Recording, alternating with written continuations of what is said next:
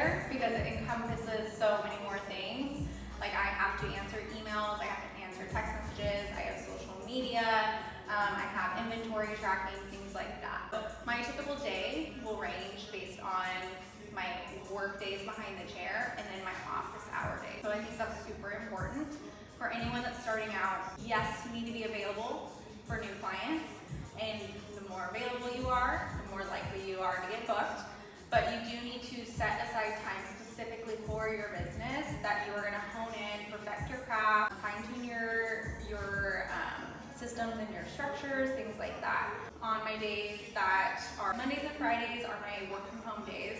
Those are the days that I'm going to work on things that are going to optimize my profile on my website, optimize my social media, creating content for my social media to post. Of course, everyday task, checking my job forms.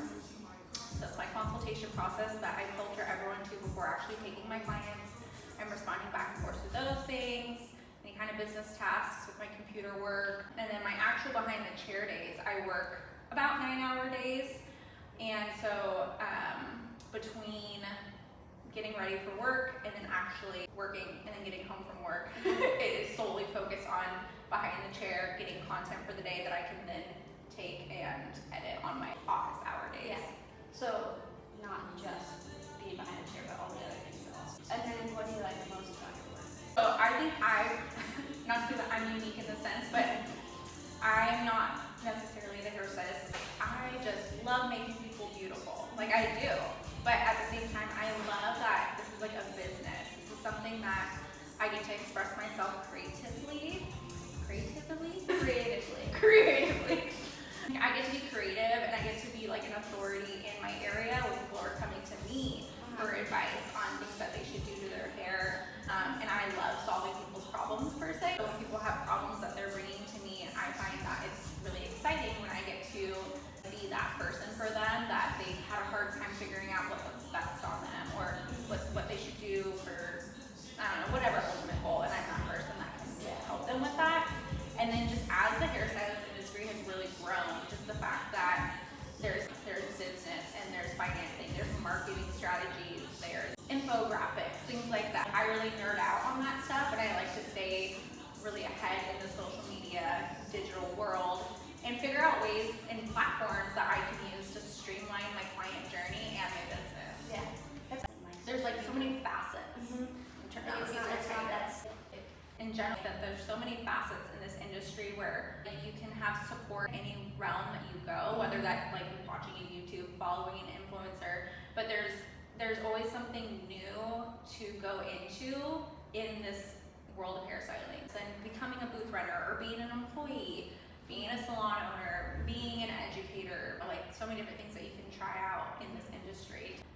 Hone in on different skills or skills that you never knew you had. Exactly. If you could change something about your work, what would it be? The chemical load and just the ergonomic aspect of it. That, I mean, this is a very physical job. We're bent over, we're looking down, we're on our feet all day, and I mean the expectation is to dress up and be present and look your best, but obviously that's not always the most comfortable, and so sometimes like a hard balance, hard line to walk.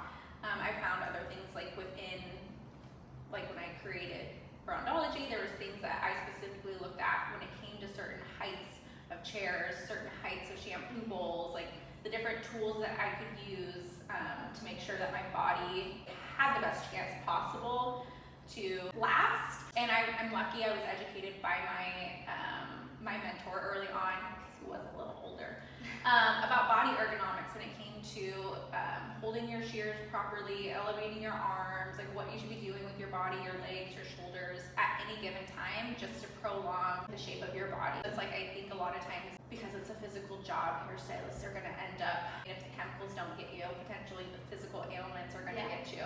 I would say, if anything, like also just being transparent to other people coming into the industry, that you can make a lot of money, but this is a very taxing thing on your body overall, and you have to have an exit strategy. Yeah, our instructors always like if we have our hands flipped the wrong way when we're cutting, or if we're like bent, they still stand up. Like, that's so good.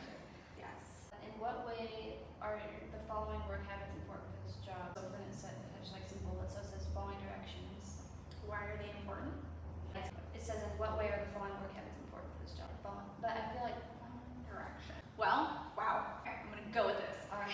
So the way I could spin it as following direction is more so in a client's world. For me in particular, I service very detail-oriented clients because that's how I market myself.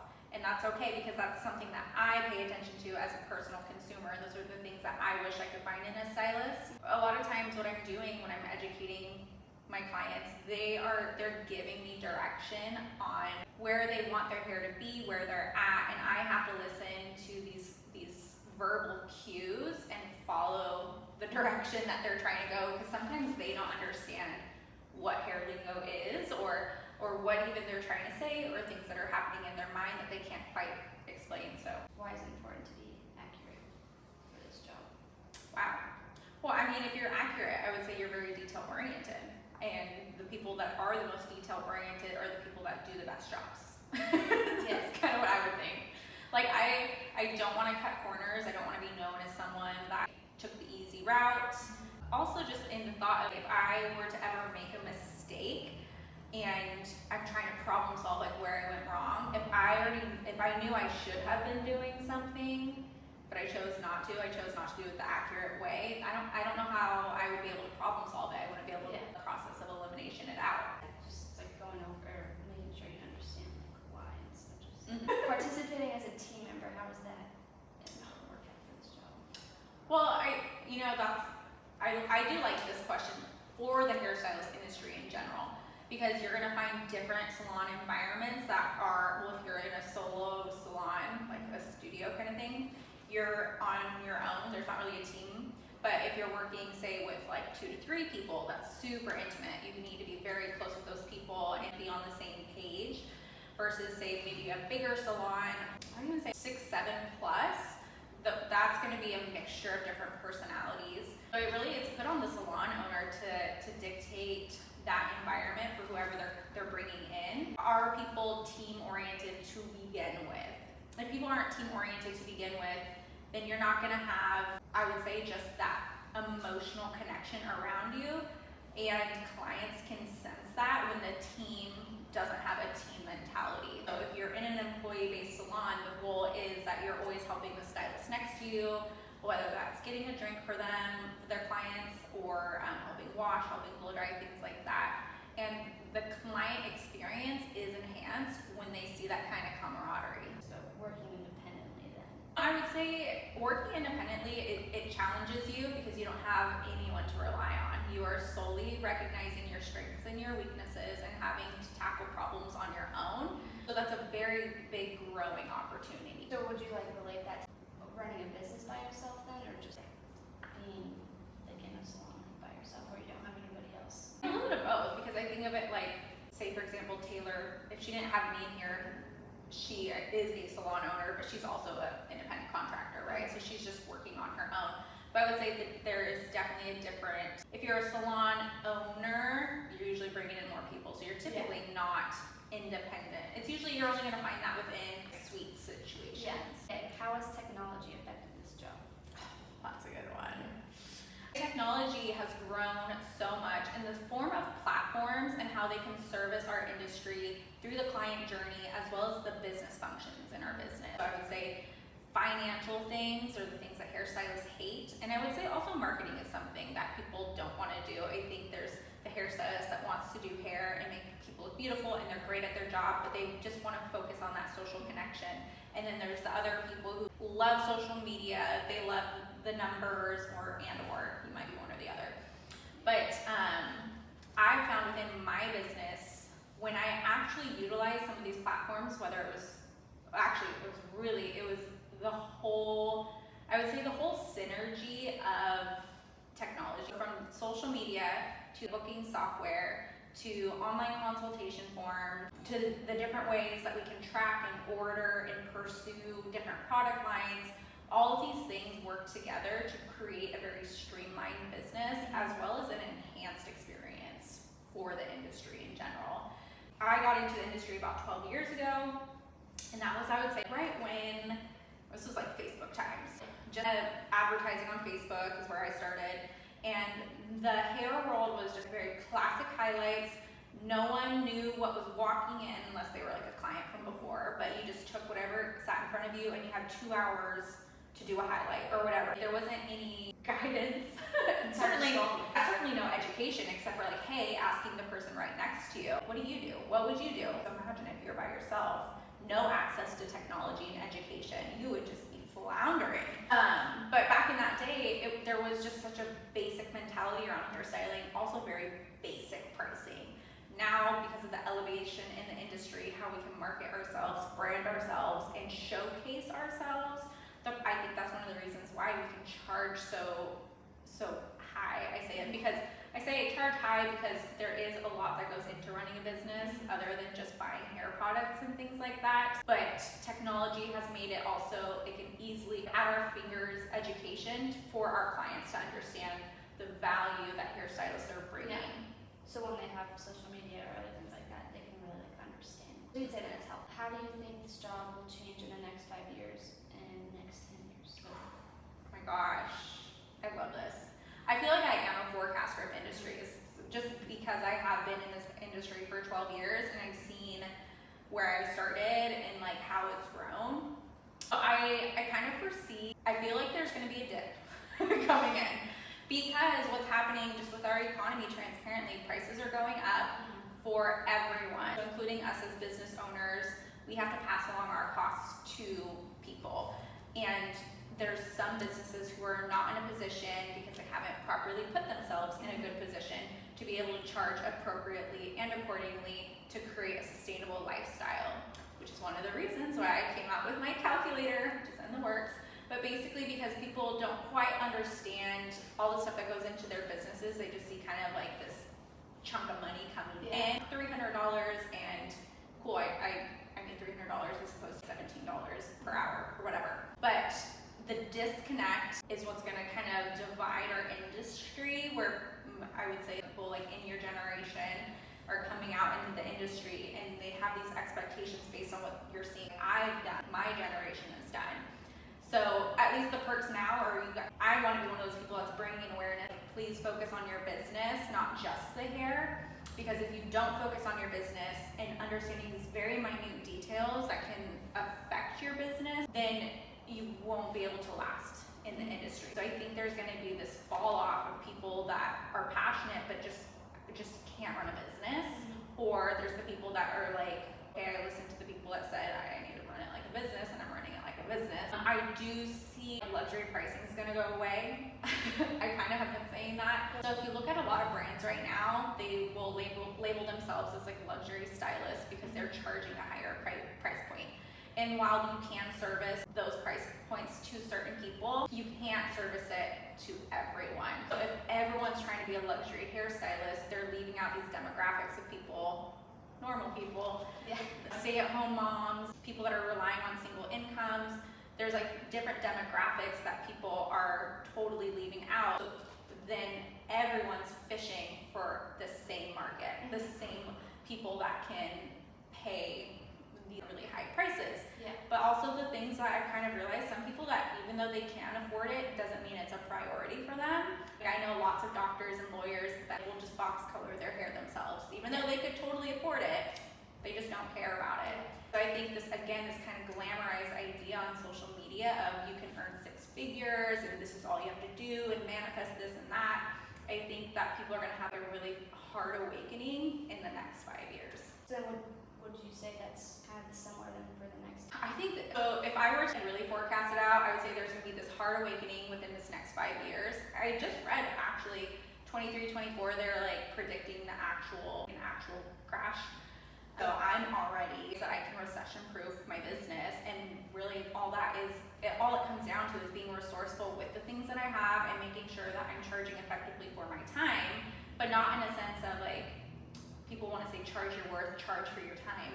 Well, if you're really slow and you want to charge for your time, that's not gonna equate to value to someone else when they can see someone else performing that 2 times quicker. Thinking of ways that I can be really efficient behind the chair, behind my business.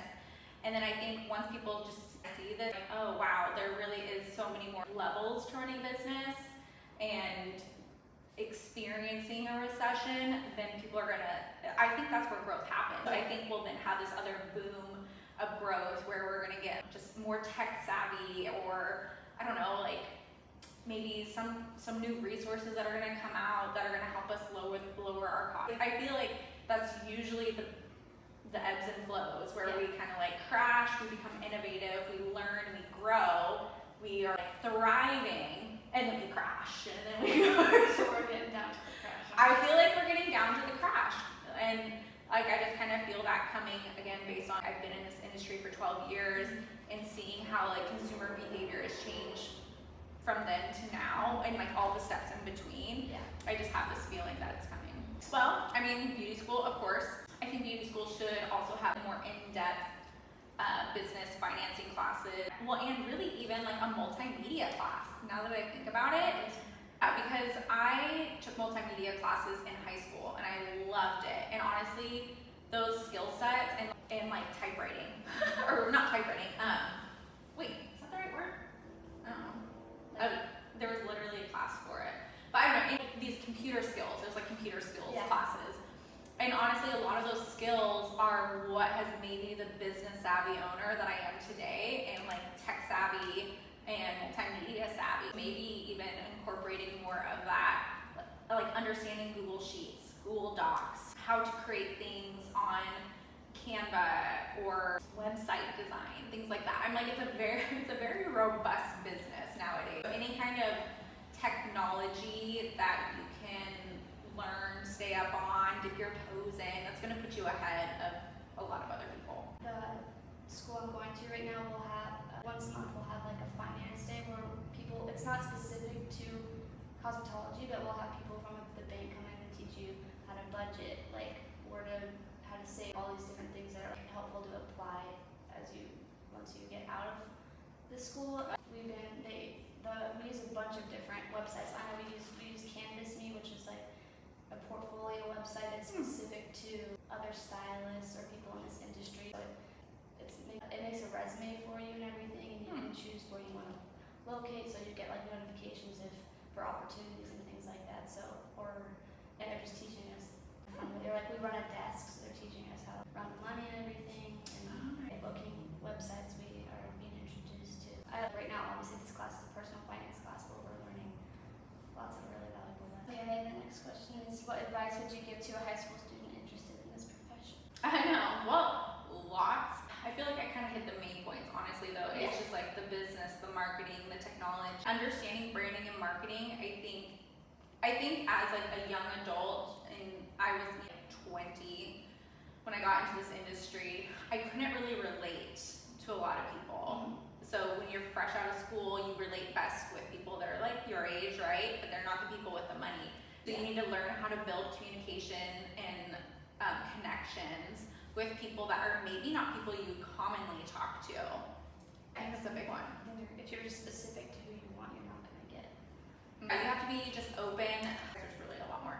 Open to trial and error, open to failing, take the risks, take the pitfalls, try not to beat yourself up too far. Just think about how can I do better next time.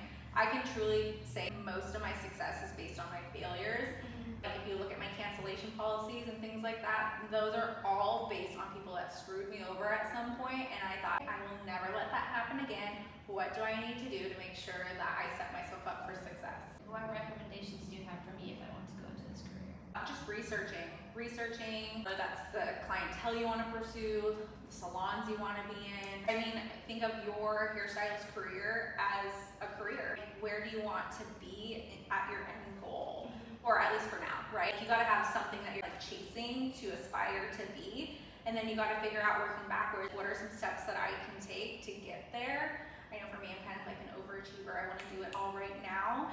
And I've actually seen within the employees that I've trained that there is that urgency to be like, I just wanna be really good, I just wanna know everything right now. But you really have to be patient within this industry, not only to get the different types of hair in your chair for you to learn on, but those just, again, negative experiences that you're gonna have to learn that are gonna make you better. So just being patient within the industry as well as being pursuing in the industry. It's like a fine balance. This is like more specific to me, but so I'm gonna hopefully I know I have to be like 18 to get my state boards, so I have to come back to my school to get my state boards, but then I want to get like right to working. Like right after, I just am deciding like, or not deciding yet, but just like, researching what's the best decision to make in order to, I do want to have my own salon one day, but I feel like everybody kind of wants to do that, so I want to get to a point from start on a good note, that way I'm like getting closer to that goal. Do I go to another school, or do I get licensed in, like I want to do extensions, but I know that that's a different, I might do that later. So then there's kind of a lot of options. There is. I really do encourage apprentice/assistant programs.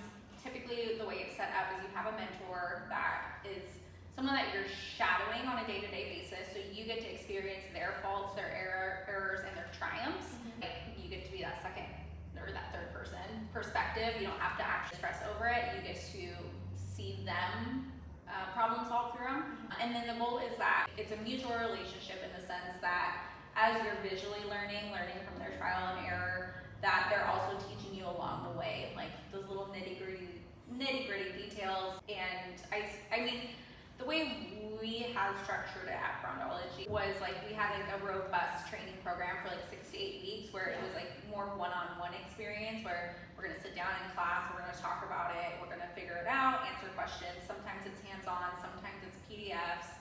But the idea is that you're just getting a injection of all this information, and then the rest of the assistant apprenticeship, which we would span for a year, would be designed to basically put that stuff into use. Because what typically happens is it is such an overload of information right off the bat, you're not able to even retain all of it. So sometimes those things that you learn from the very beginning, you won't actually grasp those concepts till like a year later when you actually find a situation that you can apply that knowledge. I think the question would come back to you guys on if you just invested time, money, or I guess in your case you're not necessarily investing money, but a lot of other people are going to beauty school. Well, I just mean for like beauty school, $20,000 versus you're lucky and it's like debt free. So it's like coming out of beauty school, how much money would you put into a boot camp versus like a lot of apprenticeships? It's like you're working, and you usually are paid, you're usually compensated somehow. I think that structure shifts per person, but you're working to gain that knowledge and you're getting paid less basically because you're getting trained when you're starting at the bottom. Versus like if you went into a boot camp or like an online course where it's like this is designed to just teach you and like you take the knowledge that you need. So it's like a very direct return versus like a long return. Well, since most people will have to wait till after high school to go to school. Since I'll graduate high school and then have all that time to decide, I have time to decide what will get me if I want to go to an additional school, like little classes like that. Will that be helpful for, or does it really matter? I just feel like it's good to focus on classes that you feel like you just need more answers to.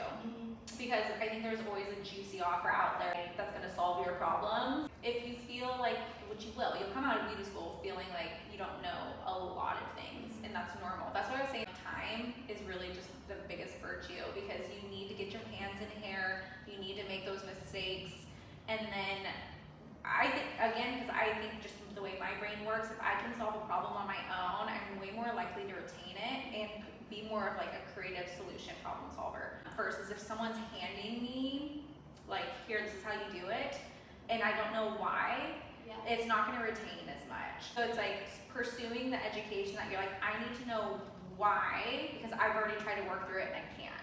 I think that's important, not just trying to take any class, any and every class. Because if you're just doing something that's more common to happen, then it's not the same as having something where it's just thrown at you, and then you want the additional. And I think the way I kind of look at it is like, it's great to have more knowledge, but that doesn't make you more successful off the bat. You're still going to be coming into an industry where people are like, I don't know you, I don't know what kind of work you do, and really it's like repetition.